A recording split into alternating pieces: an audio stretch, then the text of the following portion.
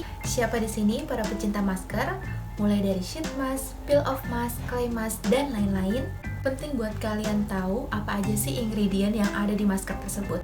Karena nantinya dari ingredients tersebut dicocokkan sama jenis kulit kalian. Gak mau kan rajin-rajin pakai masker tapi nggak works di kulit kalian karena nggak cocok sama ingredientnya?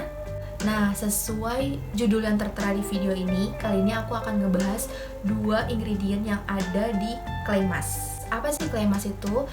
Clay mask itu masker yang berbahan dasarnya itu adalah tanah liat. Nah, di sini aku punya 2 contoh clay mask. Yang pertama ada Himalaya Purifying Mask, dan satu lagi clay mask yang bentuknya itu adalah powder atau bubuk yang nantinya tuh dicampur air dulu baru bisa dipakai. Jadi si clay mask ini kan bahan dasarnya adalah tanah liat. Nah, tanah liat yang digunakan itu ada 2. Yang pertama bentonite clay dan yang kedua adalah kaolin clay. Apa sih bedanya?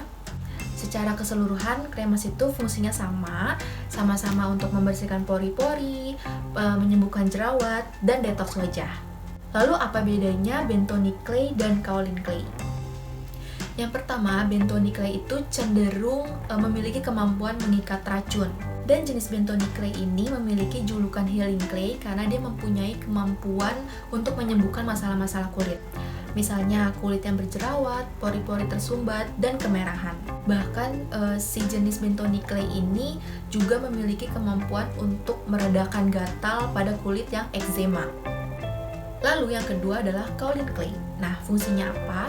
Bedanya apa? Kalau kaolin clay ini jenis yang lebih mild. Kalau tadi bentonite clay itu lebih kuat, detoxnya itu lebih kuat.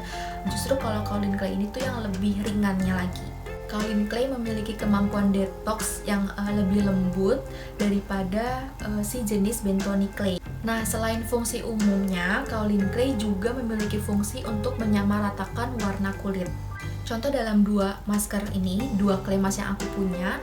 Pertama ada Himalaya Purifying Mask. Ini juga masker yang sempat viral juga, yang bagus menurut aku untuk detox karena di sini dia ada kandungan kaolin clay kedua. Itu jadi di komposisinya itu pertama aqua dan yang kedua adalah kaolin clay. Yang artinya kandungannya itu cukup besar ya si kaolin clay-nya ini. Lalu untuk yang si Mugwort Pore Clarifying ini dia ada kandungan bentonite clay-nya, tapi dia ada di urutan ketiga. Yang pertama itu ada Mugwort, yang kedua ada Oriza Sativa, dan yang ketiga adalah bentonite clay. Aku cukup tertarik sama si masker ini selain si bahan dasar Mugwort ini yang lagi viral, ya kan, komposisi lain yang ada di masker ini juga banyak banget dan fungsinya bagus-bagus banget. Nah, kembali lagi bersama si bentonite dan kaolin clay. Jadi tadi kalau si Himalaya dia ada kaolin clay-nya dan si Mugwort ini dia ada bentonite clay-nya. Lalu sekarang kita cocokkan pada jenis kulit masing-masing. Seperti yang kita tahu, kalau jenis kulit itu kan ada kulit berminyak, kulit kering, ada normal to oily skin, ada normal to dry skin, ada juga yang sensitif. Nah, dari penjelasan tadi mengenai bentonite clay dan kaolin clay, karena bentonite clay itu lebih kuat untuk detoxnya, jadi dia cocok untuk kulit yang berminyak. Kenapa? Karena dia otomatis lebih ngebersihin, dia lebih punya effort untuk membersihkan wajah yang berminyak gitu kan, membersihkan pori-porinya, terus meminimalisir minyak yang ada di wajah. Sedangkan kaolin clay dia cenderung lebih ringan, lebih mild, makanya dia cocok untuk yang jenis mukanya itu adalah kering. Terus untuk yang kombinasi juga bisa, sensitif pun juga bisa.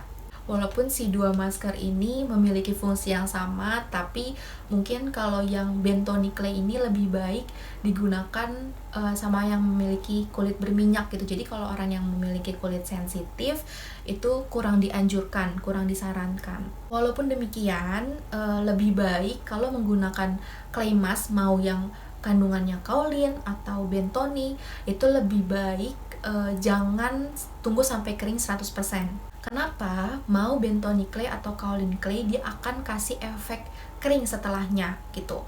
Makanya kalau pakai clay mask jenis apapun itu usahakan jangan 100% tunggu sampai kering. Biasanya kan kalau clay mask itu kalau misalkan dia kering warnanya akan lebih berubah kan. Warnanya itu akan lebih terang gitu daripada saat pertama pengaplikasian. Nah, kalau aku biasanya kalau udah setengah kering langsung aku bilas, karena aku nggak mau, walaupun muka aku berminyak, aku nggak mau kandungan minyak yang ada di muka aku tuh bener-bener hilang 100%.